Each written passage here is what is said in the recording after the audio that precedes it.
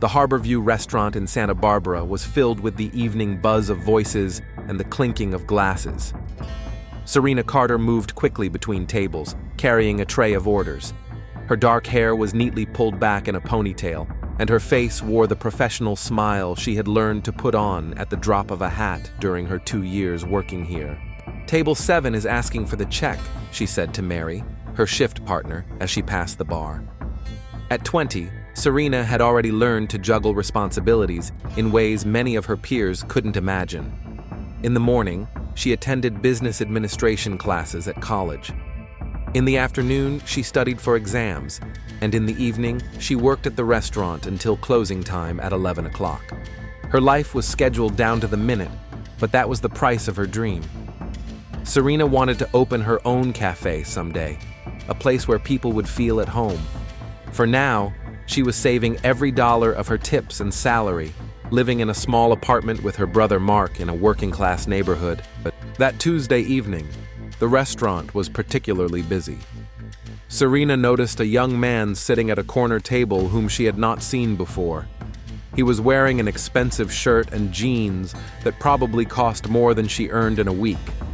A watch glinted on his wrist, clearly not a knockoff from a souvenir shop. When she approached his table, he looked up from his phone and smiled. Something about that smile made her momentarily forget her professional distance. "Welcome to Harborview. What would you like to order?" she said the familiar phrase. "Vincent Morgan," he introduced himself, extending his hand for a handshake, which was quite unusual for a waitress-customer relationship. "And you?" "Serena," she replied after a moment's hesitation, shaking his hand. His palm was soft, clearly unaccustomed to physical labor. "A beautiful name. It suits you." Vincent was in no hurry to withdraw his hand. "This is my first time here. What would you recommend?" Serena professionally described several dishes, but noticed that he was looking at her more than listening. Usually this annoyed her. Too many customers thought that a waitress's smile meant something more than politeness. But there was something different about Vincent. He seemed genuinely interested, not intrusive, just attentive. After she brought him his order, he struck up a casual conversation. It turned out that he had recently returned from college in Los Angeles, where he had studied business. His father owned one of the largest construction companies in the region, but Vincent, he said, wanted to find his own way. "I'm not the type to just live off my dad's money," he said with some pride. "I want to prove that I can achieve everything on my own." Serena couldn't help but feel sympathy for him. She knew what it was like to strive for independence. Vincent lingered in the restaurant all evening, ordering coffee after coffee, clearly waiting for her shift to end. The other waiters started teasing Serena, but she asked them to ignore him. When the restaurant closed, Vincent was waiting at the exit. "Can I walk you home?" he offered. "I have a car," Serena replied, pointing to her beat-up 2008 Honda Civic. "I'm not talking about the car. I just want to get to know you better." Serena hesitated. Over the years working in the service industry, she had learned to recognize the types of men to avoid. But Vincent didn't fit any of them. He was polite, non-pushy, and showed no aggression or inappropriate persistence. "Okay," she agreed, "but not for long. I have to get up early tomorrow." They strolled along the waterfront, talking about their plans for the future. Vincent shared his ideas for developing his father's business in a more environmentally friendly direction. Serena shared her dream of owning her own cafe. "You know, you have an interesting perspective on things," he said as they stopped at her car. "You're not like the girls in my circle." "What are they like?" Serena asked, not sure if it was a compliment or not. "Empty. They live from party to party, spend their daddy's money, and think the world owes them something." Vincent looked at her with genuine admiration. "You're real. You fight for your dreams." That night, Serena couldn't sleep for a long time, replaying their conversation in her head. Mark was waiting for her at home, watching the late news in their tiny living room. Her brother worked at the port, loading containers from 6 in the morning, and was usually asleep by this time. But today, he was waiting for her. "How was your shift?" he asked, without looking away from the TV. "Fine. Good tips today." Mark looked closely at his sister. At 26, he was 6 years older than Serena, and after their parents died in a car accident 4 years ago, he felt responsible for her. Serena was his only family, and he knew her moods. "Something wrong? You seem different. I just met a guy. A customer." Mark frowned. "Serena, you know how I feel about these kinds of encounters. Guys who go to expensive restaurants aren't usually looking for serious relationships with waitresses. Not all of them are like you think. Most of them are." Mark turned off the TV and turned to his sister. "Listen, I don't want to lecture you. You're an adult. But be careful, okay? Rich guys play by different rules." Serena nodded, but she didn't agree. Vincent seemed sincere, not like the spoiled boys her brother had warned her about. The next day at college, she told her friend Jen about the date. "Morgan?" "As in Morgan Construction?" Jen asked, her eyes wide. "Serena, do you realize who he is? His father practically built half the city. They have a mansion in the hills, a yacht, the whole 9 yards. So what?" "Nothing. Just be prepared for the fact that you're from different worlds." But when Vincent came to the restaurant the next evening, and then again the day after, Serena began to think that maybe the worlds weren't so irreconcilable. He came every 2 or 3 days, always ordered something simple, and waited for her shift to end. Their walks grew longer, their conversations deeper. Vincent talked about the pressure his father put on him, expecting his son to take his place in the company. About how difficult it is to find real friends when everyone knows how much money you have. About his desire to prove his independence. Serena talked about her plans, the difficulties of balancing school and work, and how much she missed her parents. Vincent listened attentively, asked the right questions, and seemed genuinely interested in her life. After 2 weeks of such meetings, he invited her on a real date. "I want to show you something special," he said on Friday evening as they walked along the promenade. "What is it?" "It's a surprise, but I promise you'll like it." On Saturday evening, Vincent picked her up in his new BMW. Serena felt awkward in her best dress from the mall next to such luxury, but Vincent noticed her discomfort. "You look beautiful," he said, opening the door for her. "Much better than all those dolls in designer outfits." He drove her to an upscale neighborhood where the houses stood on large lots behind high fences. Serena had never been here before. It was another world, a world where she delivered orders from the restaurant but never lingered. "Where are we?" she asked when they stopped in front of a massive gate. "My parents' house. I want you to see the sunset from our terrace. My parents are away." She was struck by the size of the house. It was a real mansion with columns, ocean views, and a garden that was surely maintained by a whole team of gardeners. Inside, everything spoke of money, from the paintings on the walls to the marble floors. "Impressive?" Vincent asked, watching her reaction. "It's incredible," Serena admitted. "I've never seen a house like this before. Would you like me to show you around?" The tour lasted almost an hour. Vincent took her through the living rooms, the library, the wine cellar, and showed her the pool and tennis court. There was pride in his voice, but also a certain detachment, as if all this splendor was more of a burden than a joy to him. On the terrace, they watched the sunset over the Pacific Ocean. The view was truly breathtaking. "I understand why you like it here," said Serena. "It's beautiful, but lonely," replied Vincent. "You know what's strange? I spent my childhood here, but this place never felt like home. Too big, too cold. My parents were always busy. My father with his business, my mother with her charity work. I spent more time with the servants than with them." Serena saw something in his eyes that touched her, a vulnerability hidden beneath the confident exterior of a wealthy heir. "What about your home?" he asked. "Tell me about it." Serena told him about their modest apartment, how Mark had converted the garage into a workshop where he repaired his neighbor's motorcycles in his spare time. How she and her brother would make a big breakfast every Sunday and plan their week. "That sounds real," Vincent said, "like a family." That evening, he was especially attentive, interested in every detail of her life. But Serena noticed that sometimes he asked strange questions about where exactly she lived, who she hung out with, how she spent her free time. When she asked why he needed to know, he explained that he just wanted to imagine her life when they weren't together. "I think about you a lot," he confessed. "You've changed something in me, Serena. You've made me see things differently."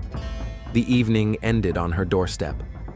Vincent kissed her, gently but insistently.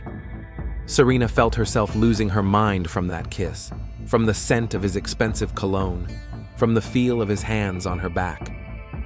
"See you tomorrow?" he asked. "Tomorrow is Sunday, my day off." "Great. I've got something in mind." When Serena entered the apartment, Mark was waiting for her with a serious look on his face. "Serena, we need to talk." "Serena, we need to talk," Mark repeated as she walked into the living room, still reeling from the evening. "Maybe in the morning?" "It's late. And tomorrow?" "No, right now." Mark turned off the TV and sat down on the edge of the sofa. "I did some research on this Vincent Morgan." Serena felt the pleasant aftertaste of the evening begin to evaporate. "Are you following me?" "I'm protecting you." "That's different." Mark rubbed his tired eyes. "Serena, this guy isn't who he seems to be. His family has a reputation." "What kind of reputation?" "Thomas Morgan, his father, isn't just a construction magnate. He's connected to politicians, judges, half the city council. His company gets all the big government contracts, and not always by fair means. And his son—" "What about his son?" Mark paused, choosing his words. "There was an incident last year. A college girl accused him of coercion. The case was hushed up. The family paid and the girl moved to another state." Serena felt the ground slip away beneath her feet. "Are you sure?" "Jack Rodriguez works as a security guard on the college campus. He told me. Nothing was official, but everyone knew." "Mark, those are just rumors. Maybe she just wanted money. Maybe not." Her brother stood up and walked over to the window. "Look, I'm not saying he's a monster. But rich kids live by different rules. To them, other people are toys. They play with them and then throw them away." Serena sat down in a chair, trying to digest what she had heard. Vincent seemed so sincere, so interested in her as a person. Was it really just a game? "I'm just asking you to be careful," Mark continued. "Don't fall in love too quickly. Don't give him too much power over you." That night, Serena slept poorly, replaying her brother's words in her head and remembering every gesture Vincent had made, every word he had said. By morning, she had decided to give him a chance to explain, but to be more attentive to red flags. Vincent arrived on Sunday morning with a bouquet of roses and plans for the day. He suggested they drive to Santa Ynez to visit a winery owned by family friends. "I want to show you some beautiful places," he said, helping her into the car. "You deserve better than these boring walks along the waterfront." On the way, Serena decided to ask him a direct question. "Vincent, tell me about your past relationships." He tensed for a second, but quickly regained his relaxed expression. "Nothing special. A few girls in college, but nothing serious." "Why?" "Just curious. It seems strange to me that a guy like you is still single." "I was waiting for the right one," he replied, placing his hand on her knee. "Someone real." The winery impressed Serena no less than the Morgans' house. The owners welcomed Vincent like family, seating them at the best table on the terrace overlooking the vineyards. Serena felt like she was in a movie. Everything was too beautiful, too perfect. "Aren't you going to try the wine?" Vincent remarked when she set her glass down after the first sip. "I don't drink much, especially during the day." "Relax, it's the weekend. At least try it." There was a note of insistence in his voice that made Serena wary. But she took another sip, not wanting to spoil the mood. Over lunch, Vincent was attentive and caring, telling funny stories about his friends and planning their next get-togethers. But Serena noticed that he was constantly checking her reaction to his words, as if calibrating his behavior to her responses. "You know what I'm thinking?" he said as they walked between the rows of vines. "You spend too much time at that restaurant job. You could focus on your studies. I need money to live and study. What if you didn't need it?" Serena stopped. "What are you talking about?" "I could help, not as charity, but as an investment in your future, in our future." "Vincent, we've only known each other for 3 weeks. Sometimes 3 weeks is enough to understand." He took her hands. "I'm serious about you, Serena. Very serious." There was something intense in his eyes that made her take a step back. "That's very sweet, but I can't accept your money." A flash of irritation crossed Vincent's face, which he quickly hid behind a smile. "Of course I understand. You're independent. That's one of the qualities I like about you." But Serena heard something else in his tone, as if her independence was an obstacle that needed to be overcome. On the way home, he began asking about her plans for the week, about who she spent time with when they weren't together. The questions seemed innocent, but their number began to alarm her. "Are you working tomorrow?" he asked. "Yes, the evening shift." "Which of your co-workers are you friends with?" "No one in particular. Mary sometimes." "What about customers? Does anyone else try to get to know you?" "Vincent, why do you need to know?" "I just want to understand your life." "Is that bad?" Serena shook her head, but the feeling of discomfort remained. The following week, Vincent began showing up at the restaurant every day. At first, Serena was pleased, but then she noticed that he was watching her, observing how she interacted with her co-workers and customers. When a young man at the next table attempted to strike up a conversation with her, Vincent immediately approached and introduced himself as her boyfriend, even though they had not agreed to do so. "Why did you do that?" she asked after her shift. "I was protecting you." He was clearly flirting. He just asked if there was a table available for tomorrow. "Serena, I know men. I know how they look at beautiful women." There was a possessive note in his voice that alarmed her, but at the same time, it was nice to feel protected, needed. On Wednesday, Vincent offered to pick her up after her college classes. "I have a car," she reminded him, "but mine is more comfortable. Besides, I want to meet your friends." In the college parking lot, his BMW stood out among the students' beat-up cars. Jen and her classmates looked on with curiosity and envy. "Is that him?" Jen whispered. "Wow, Serena." Vincent was charming with her friends, asking about their majors and plans for the future. But Serena noticed how attentively he studied each of them, memorizing their names and details about their lives. "Your friend Jen is quite talkative," he remarked when they left. "She told me about the guy you liked last semester." "What guy?" "Michael something. She said you went on a few dates." Serena frowned. Michael was indeed a thing, but their relationship hadn't progressed, and she didn't understand why Jen had even mentioned it. "It's not important. It was a long time ago. Everything about you is important to me." On Friday, Vincent showed up at the restaurant with a special gleam in his eyes. "I have a surprise," he said, waiting until her shift was over. "My parents are throwing a party on their yacht this weekend. I want you to come with me." "A yacht party?" Serena felt a mixture of excitement and anxiety. "Vincent, I'm not from that world. I don't know how to behave. That's exactly why I like you. You're not like them." He took her hand. "Please, I want to introduce you to my parents and friends. I want everyone to know that you're special. What should I wear? I don't have any clothes suitable for such events. Don't worry about it, we'll figure something out." The next day, Vincent took her to an expensive boutique in the city center. The saleswoman greeted them with a professional smile, but Serena could see her looking appraisingly at her jeans and simple t-shirt. "We need a dress for a yacht party," Vincent announced. "Something elegant, but not too formal." The fitting turned into torture. Each dress cost more than Serena earned in a month. She felt like a doll being dressed up for display.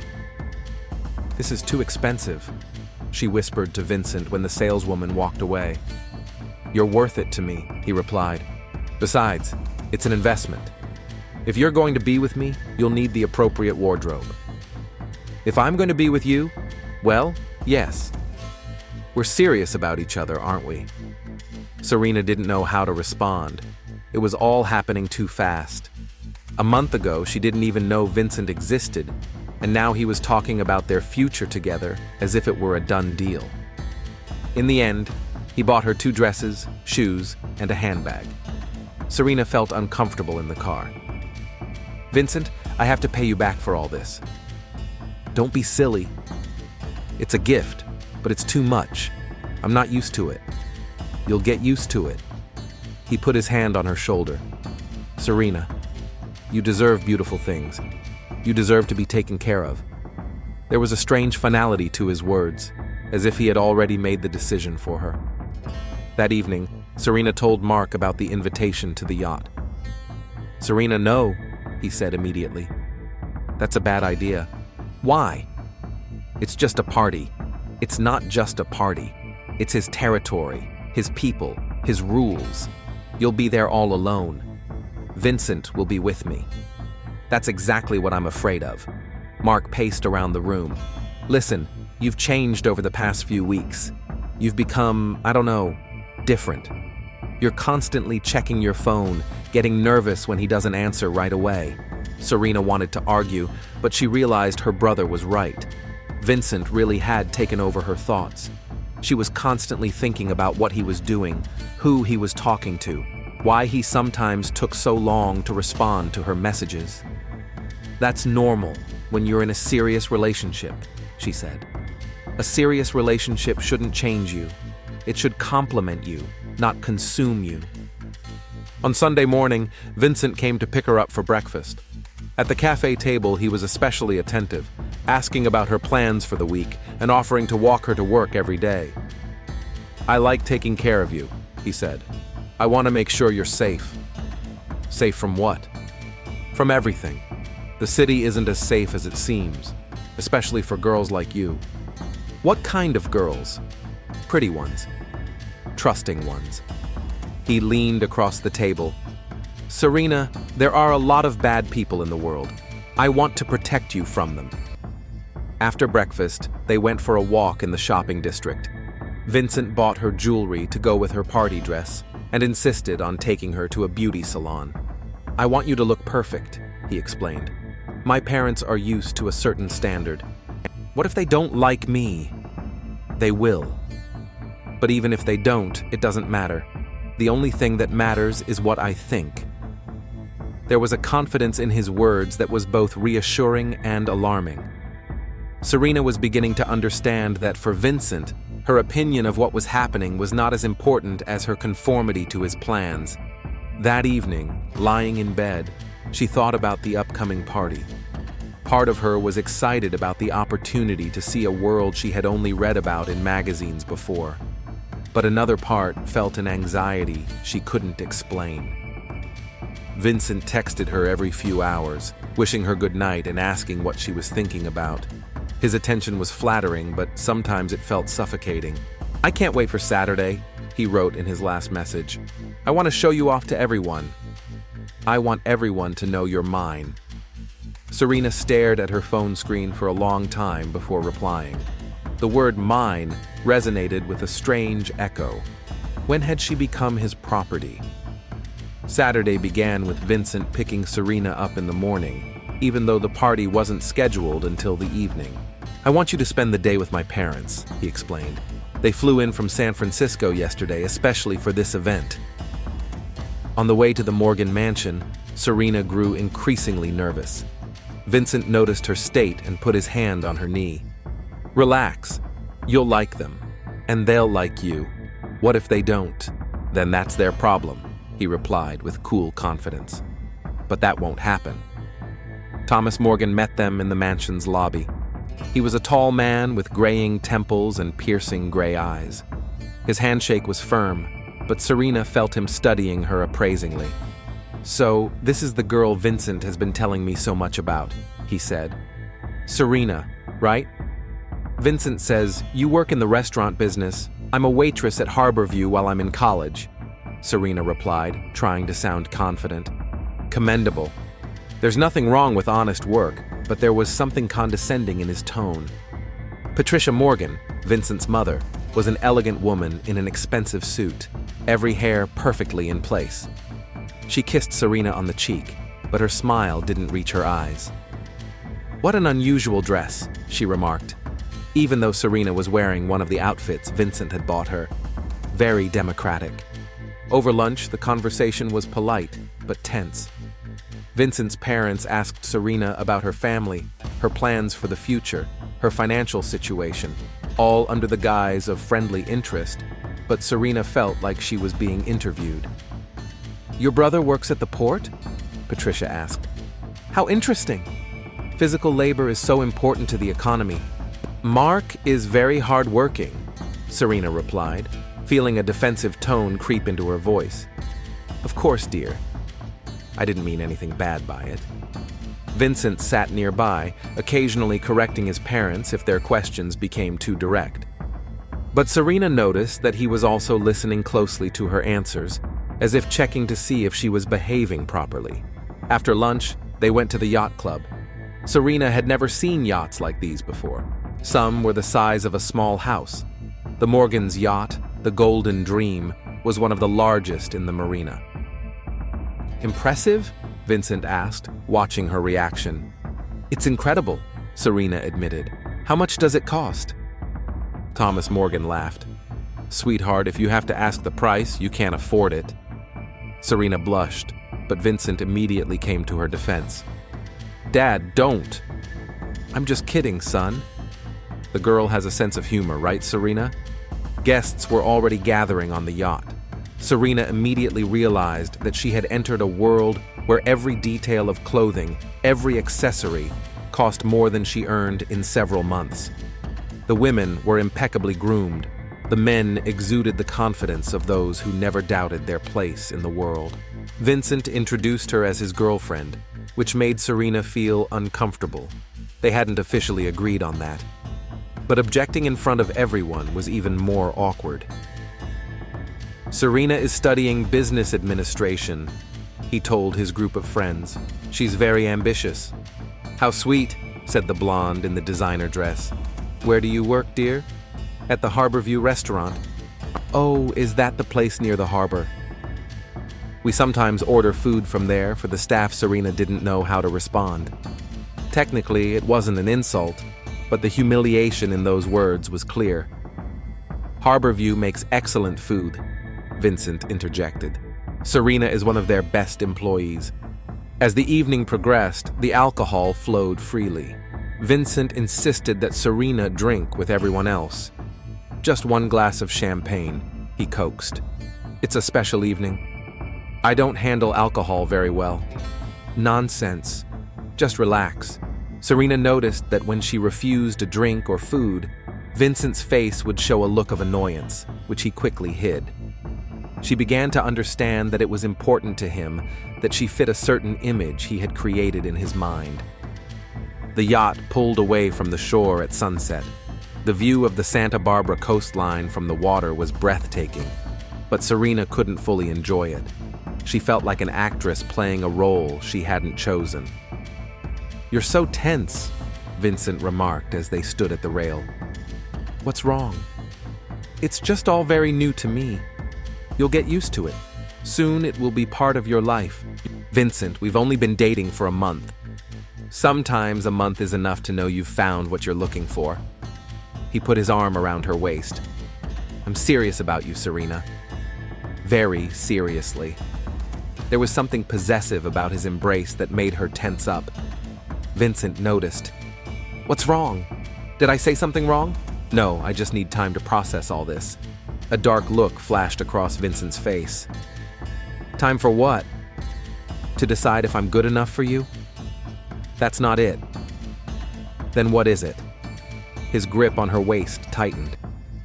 Serena, I do a lot for you. I buy you clothes, take you to the best places, introduce you to my family. I think I deserve some gratitude. There was something in his words that made Serena take a step back. Gratitude? Yes. Appreciation. Understanding how much you mean to me. The conversation was interrupted by one of the guests approaching with a bottle of champagne. Vincent immediately switched into charming host mode, but Serena could see the irritation hidden beneath the mask. Dinner was served on the upper deck. Serena sat next to Vincent, trying to follow the rules of etiquette she had never learned. When she picked up the wrong fork for the salad, Patricia tactfully corrected her, but Serena felt herself blushing with embarrassment. "Don't worry," Vincent whispered. "They pick on all the newcomers." But his attempts to reassure her sounded patronizing, as if she were a child learning how to behave in adult society. After dinner, the guests divided into groups. The men talked about business and politics, while the women discussed charity and gossip. Serena didn't know which group to join, feeling like an outsider in both. "Serena, dear, come join us," called Patricia, who was standing with a group of women at the bar. "We're discussing next week's charity auction." Serena approached, but the conversation was about people she didn't know and events she had never participated in. She stood silently, nodding in the appropriate places and feeling invisible. "And you, Serena, do you participate in any charity work?" one of the women asked. "Not particularly. I don't have time." "Of course, work and school." Patricia nodded sympathetically. "But when you get married, you'll have more opportunities to do important things." "When I get married? Well, Vincent is serious about you, isn't he? He hasn't brought anyone home in a long time."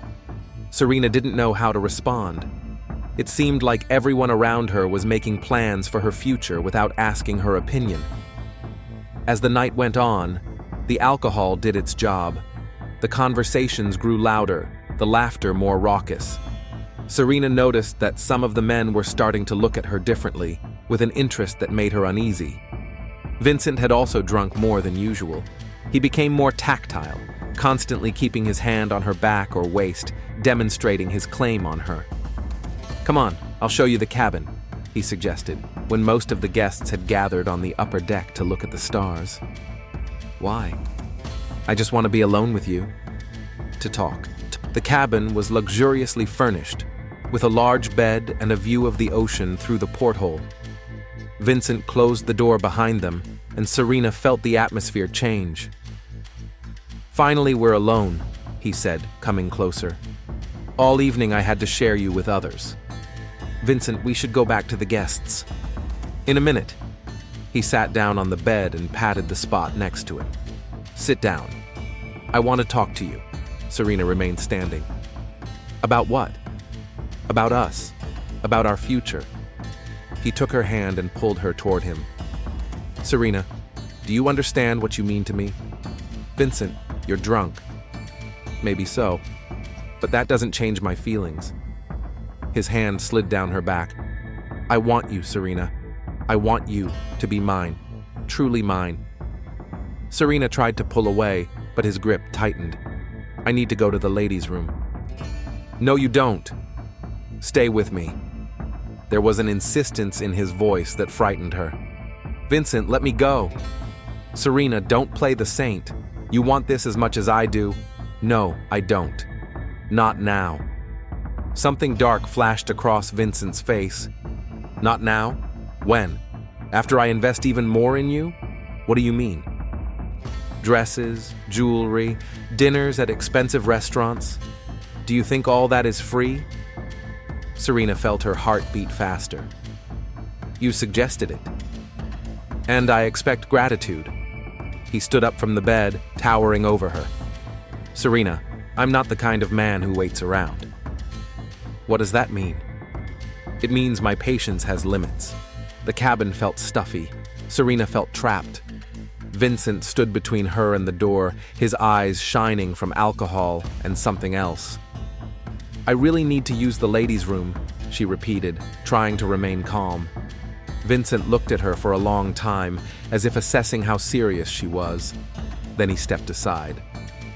Of course, but we're not done talking yet. Serena quickly walked past him to the door, but before leaving, she turned around.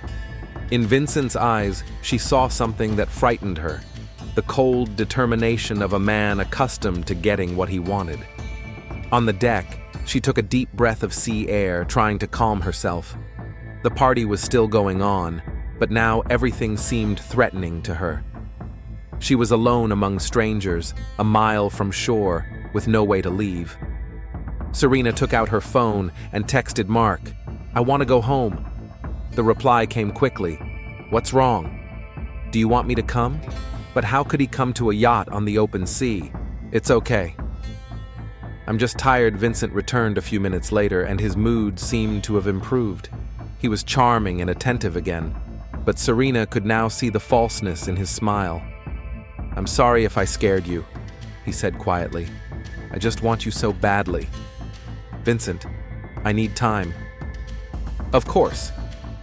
As much as you need," but there was no understanding in his eyes, only the cold patience of a predator. The rest of the evening passed in a fog. Serena smiled, nodded, participated in conversations, but all her attention was focused on not being alone with Vincent. When the yacht finally turned toward shore, she felt relieved. But the worst was yet to come. It was already past midnight when most of the guests gathered on the upper deck to admire the stars over the Pacific Ocean. Vincent approached Serena again, who was standing at the rail, watching the lights of the distant shore. "Let's go check out the cabin," he said, taking her by the hand. "It's quieter there." "Vincent, I already told you." "Serena." There was insistence in his voice. "We need to talk." He led her to the stairs leading to the lower deck.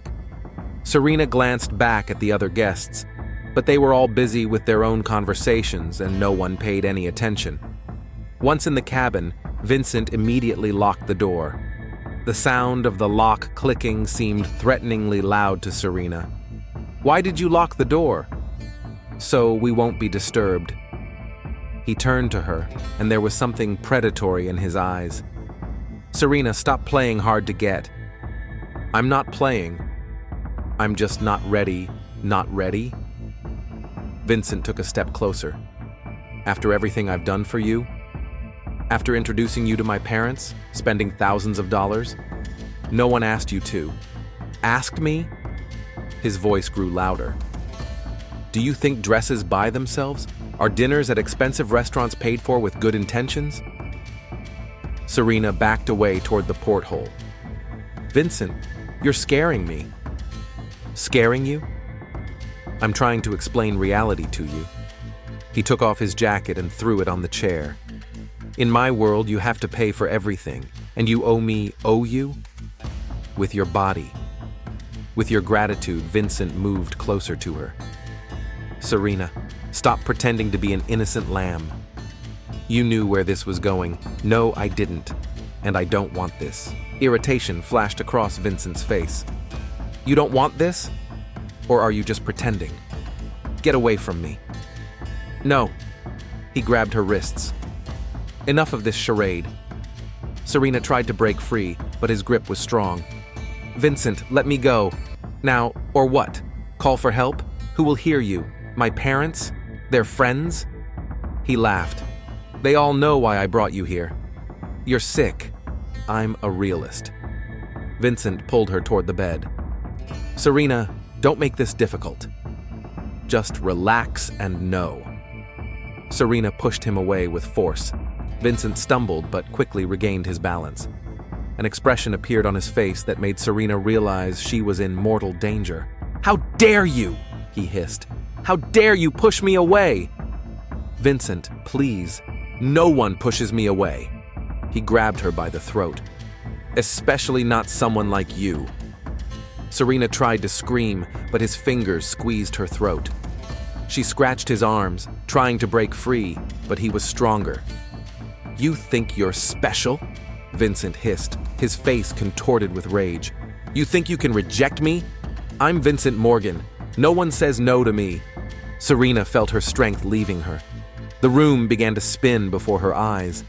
The last thing she heard was the sound of her own heartbeat, which was growing fainter and fainter. Vincent held her by the throat for a few more seconds after she stopped struggling. When he let go, Serena's body fell lifelessly to the cabin floor. He stood there for a few minutes, breathing heavily and staring at the motionless body. Then the reality of what had happened dawned on him. He had killed her. He had really killed her. Panic seized him. He had to do something. He had to hide the crime. Vincent went to the porthole and looked outside. The yacht was far enough from shore. If he did it right, he could stage an accident. He picked up Serena's body and carried it to the porthole. Then he stopped. It was too suspicious. He had to come up with something better. Vincent left the cabin, making sure the corridor was empty. The party was still going on the upper deck. He went up there, trying to look natural. "Where's Serena?" his mother asked him. "She's not feeling well. Seasick. She's resting in her cabin. Poor thing. Should I bring her something?" "No, she said she wanted to sleep." Vincent spent half an hour on deck, participating in conversations, laughing at jokes, creating an alibi. Then he quietly went below. In the cabin, he lifted Serena's body again. This time, he carried it to the stern deck through the service exit. It was dark and empty there. All the guests were at the bow of the yacht. Vincent laid the body on the floor and examined it. There were finger marks on her neck. That was a problem. He took a lifebuoy and hit Serena's head with it several times to hide the marks of strangulation and make it look like she had been injured in a fall. Then, he threw the body overboard. The waves immediately picked up Serena's lifeless body. In the darkness of the ocean, it quickly disappeared from view. Vincent returned to the cabin, quickly cleaned up the traces of the struggle, changed his clothes, and went up to the upper deck. "Where's Serena?" one of the guests asked. "Haven't seen her in a while." "She's sleeping." "Seasick," Vincent replied. "I checked on her half an hour ago." The party continued for another hour. When the yacht turned toward shore, Vincent went down to the cabin and discovered that Serena was not there. "Serena!" he shouted, running out onto the deck. "Serena! Where are you?" Panic broke out on the yacht instantly. The guests scattered across all decks, looking for Serena. Vincent played the role of a desperate guy perfectly. "She was in the cabin! I left her there an hour ago," he yelled. Thomas Morgan immediately contacted the Coast Guard. Within half an hour, rescue boats with searchlights approached the yacht. Serena's body was found at dawn, 2 miles from where it had been thrown overboard. The current had carried it closer to shore. Detective Sarah Collins received a call at 6 in the morning. At 38, she was one of the most experienced investigators in the Santa Barbara Police Department, specializing in homicides and violent crimes. "What do we have?" she asked when she arrived at the morgue. "A 20-year-old woman found dead in the ocean," reported pathologist Dr. Richards. "Serena Carter. She was at a party on the Morgan family's yacht." "The Morgans?" Collins raised an eyebrow. "The construction tycoons?" "Exactly." Collins examined the body. "Cause of death?" "Preliminary findings indicate drowning. However, there are head injuries that could have been sustained prior to entering the water." "What kind of injuries?" "Blunt trauma to the back of the head. There are also strange marks on the neck, but they could be from exposure to water and marine life." Collins examined the marks closely. Her experienced eye immediately saw what the killer had tried to hide. "Doctor, these aren't from sea creatures. They're finger marks." "Are you sure?" "Absolutely." This girl was strangled and then thrown into the water. By noon, Collins was on the Morgan's yacht, which was moored in the harbor under police guard. She began interviewing witnesses. Vincent was the first. He sat in the saloon with his eyes red from crying. "Tell me about last night," Collins asked. "We had been dating for a month. I invited her to a family party. Vincent sniffed. She was so happy. It was her first time on a yacht. When was the last time you saw Miss Carter alive? Around 11. She wasn't feeling well, so she went to rest in her cabin. I checked on her at midnight. She was asleep. Did you go into the cabin? No, I just looked in the door. I didn't want to wake her. Collins took notes. And at 1 o'clock? I was on deck with the other guests. We were looking at the stars, talking. Who can confirm that? Vincent named several people. Collins wrote them down. Mr. Morgan, how would you describe your relationship with Miss Carter? We were in love. We were planning a future together. Did you ever have any conflicts? Never. Serena was perfect. But when Collins interviewed the other guests, the picture began to change. Vincent was quite possessive, one of the women admitted. He constantly kept his hand on the girl, never letting her out of his sight. And how did the girl react? She seemed tense. Especially towards the end of the evening, another witness said, I saw them arguing around 11. Vincent looked angry. What were they arguing about? I didn't hear the words, but it was clear that the girl was upset about something. By evening, Collins had pieced together a picture that was radically different from Vincent's version. Serena was not a happy partygoer. She was a frightened girl trapped among strangers. Collins returned to the department and began studying the Morgans' file. What she found did not surprise her. Vincent Morgan had already had problems with the law in college. The coercion charge was dropped after the family paid the victim a large sum of money. 2 other girls filed complaints of harassment, but the cases were closed due to lack of evidence. We have a killer, Collins told her partner, Detective Ramirez. All that's left is to prove it. Monday began for Detective Collins with an unexpected call from Captain Martinez. He asked her to come to his office immediately, which usually did not bode well. Thomas Morgan sat in a chair across from the captain's desk, his expensive suit and confident posture suggesting a man accustomed to being in control. Next to him sat a man with glasses, whom Collins recognized as one of the most influential lawyers in the city. Captain Martinez looked uncomfortable. In 20 years of service, he had learned to recognize political pressure, and now it hung in the air of the office like a thick fog. Morgan spoke first, his voice calm but authoritative. He explained that the family was in deep mourning over the tragic death of Serena, whom they had grown to love. He emphasized that his son was in severe shock and that the family was ready to cooperate fully with the investigation into this terrible accident. The lawyer added that the family was concerned about the direction of the investigation and the hints of a possible crime. He reminded everyone of the family's reputation in the city, their charitable activities, and the importance of the construction company to the local economy. Careless accusations could damage not only the family, but the entire community. Collins listened silently, her face remaining impassive.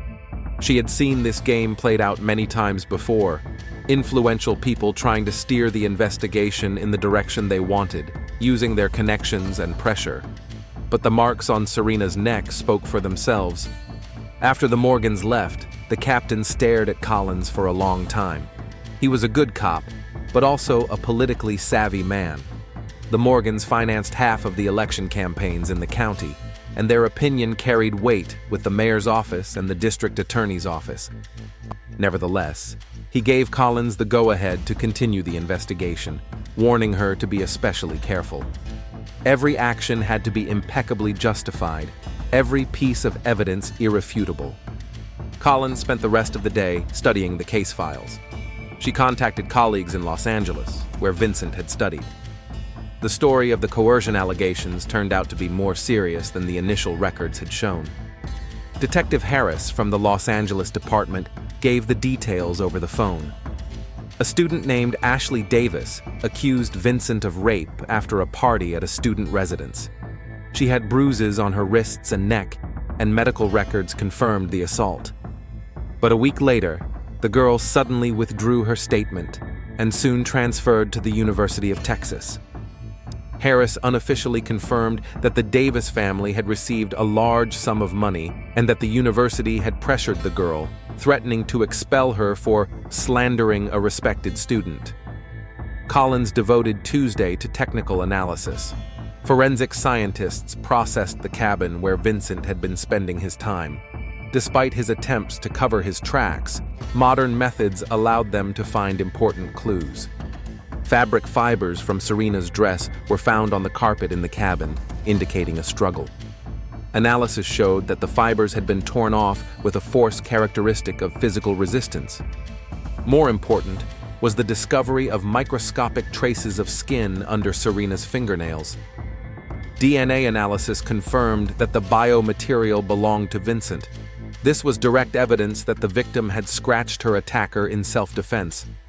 Pathologist Dr. Richards provided the final conclusion. Serena died of suffocation, and the marks on her neck matched the prints of a man's fingers. The head injuries were inflicted post-mortem, probably with a blunt object, such as a lifebuoy. The time of death was determined to be between midnight and 1 a.m., which contradicted Vincent's alibi that he had seen Serena asleep at midnight. On Wednesday, Collins received important information from Serena's brother. Mark Carter brought his sister's phone, which the police had not found earlier. It had been left in their apartment. The messages on the phone revealed a new picture of their relationship. Serena wrote to her friend Jen about her fears regarding Vincent just 2 weeks after they met. She mentioned his controlling behavior, his unwillingness to take no for an answer, and his strange questions about her past. The last message, sent on Saturday morning before the party, was particularly important. Serena wrote to Jen that she was afraid to go on the yacht, but couldn't refuse because Vincent had spent a lot of money on her and expected gratitude. Mark Carter also recounted a conversation with his sister the day before the party. Serena admitted that she felt trapped, but didn't know how to get out of it. Vincent was becoming more and more insistent, hinting at intimacy as her duty to him. This information added to the picture of the motive. Vincent didn't just kill Serena in a fit of rage. He systematically cornered her, using financial dependence and social pressure. By Thursday, Collins had enough evidence to make an arrest, but she knew that the Morgan family would not give up without a fight. She had to prepare for a serious confrontation. Prosecutor Jennings reviewed the case file and agreed to issue an arrest warrant, but he warned Collins that the defense would use every means possible, including discrediting the victim and attempting to portray the incident as a tragic accident. Political pressure intensified. The mayor personally called Captain Martinez to express his concern about the direction of the investigation. The city council, where the Morgans had considerable influence, demanded caution in this delicate matter. Local media, financed by the Morgans' advertising, launched a campaign to protect the family's reputation. Articles described Vincent as a promising young businessman devastated by the tragic loss of his beloved. Serena was portrayed as a girl from a dysfunctional family who may have had alcohol problems. But Collins was an experienced detective. She had seen such attempts at manipulation before. The facts spoke for themselves, and no political machine could change them. On Friday morning, she received the last missing piece of the puzzle. Technicians found a security camera recording from a neighboring yacht that accidentally captured part of the Golden Dream's deck. The recording showed Vincent appearing on the aft deck at 1:15 a.m. with something heavy in his hands. The image was blurry due to the distance and darkness, but forensic analysis confirmed that he was carrying a human body. A few minutes later, Vincent returned to the deck alone, without his load. This was irrefutable proof that he had dumped Serena's body into the ocean. Collins arranged for his arrest at dawn on Saturday, exactly 1 week after the murder. She personally arrived at the Morgan mansion with a warrant and a group of officers. Vincent was asleep when they woke him. His face showed surprise, then fear, and finally, cold anger. He demanded a lawyer and refused to answer questions, but his eyes betrayed his understanding that the game was over. Thomas Morgan tried to intervene, threatening political consequences and promising lawsuits for police harassment. But Collins read his son his rights and took him away in handcuffs. At the station, Vincent displayed his usual arrogance, demanding special treatment and reminding them of his family's influence. But when Collins showed him the video footage from the neighboring yacht, his mask began to crack. The family's lawyer arrived an hour later and demanded that the interrogation be stopped. But the evidence spoke for itself. DNA under the victim's fingernails, video footage of the body being dumped, contradictions in testimony, a history of previous charges. Collins methodically presented the evidence. The medical examination confirmed strangulation. The technical examination revealed signs of a struggle in the cabin. Witnesses described the tense atmosphere between the couple during the party. Text messages on Serena's phone revealed the true nature of their relationship. Not romantic love, but psychological coercion and control. The lawyer tried to portray the incident as an accident, the result of alcohol intoxication and carelessness. But this version fell apart when confronted with the facts. By Saturday evening, Vincent Morgan had been formally charged with first-degree murder. The judge denied bail, finding the defendant dangerous to the community and likely to flee. The Morgan family tried to organize a media campaign in defense of their son, but public opinion had already been formed. The story of a wealthy heir who killed a waitress for refusing to have sex with him caused outrage in the city. Collins held a final meeting with Mark Carter. Serena's brother looked grief-stricken but grateful that justice had prevailed. He said he planned to file a civil suit against the Morgan family, seeking compensation for his sister's death. Money would not bring Serena back, but it would help other girls from low-income families get an education, which was his sister's dream. Collins closed the case with a sense of accomplishment. Another predator had been stopped, and the justice system had withstood the pressure of money and influence. Serena Carter got the justice she deserved. A month later, Vincent Morgan was sentenced to life in prison without the possibility of parole. The jury did not believe the defense's version of an accident and found him guilty of murder with particular cruelty. The Morgan empire survived the scandal, but their influence in the city was undermined. Thomas Morgan lost several major contracts, and the family was forced to leave the social circles where they had previously dominated. Serena Carter became a symbol of the fight against privileged violence. A scholarship fund for students from low-income families, created with money received during the civil trial, was named after her. Justice prevailed, but the price was too high. A young life full of hopes and dreams was cut short by the cruelty and impunity of those who considered themselves above the law.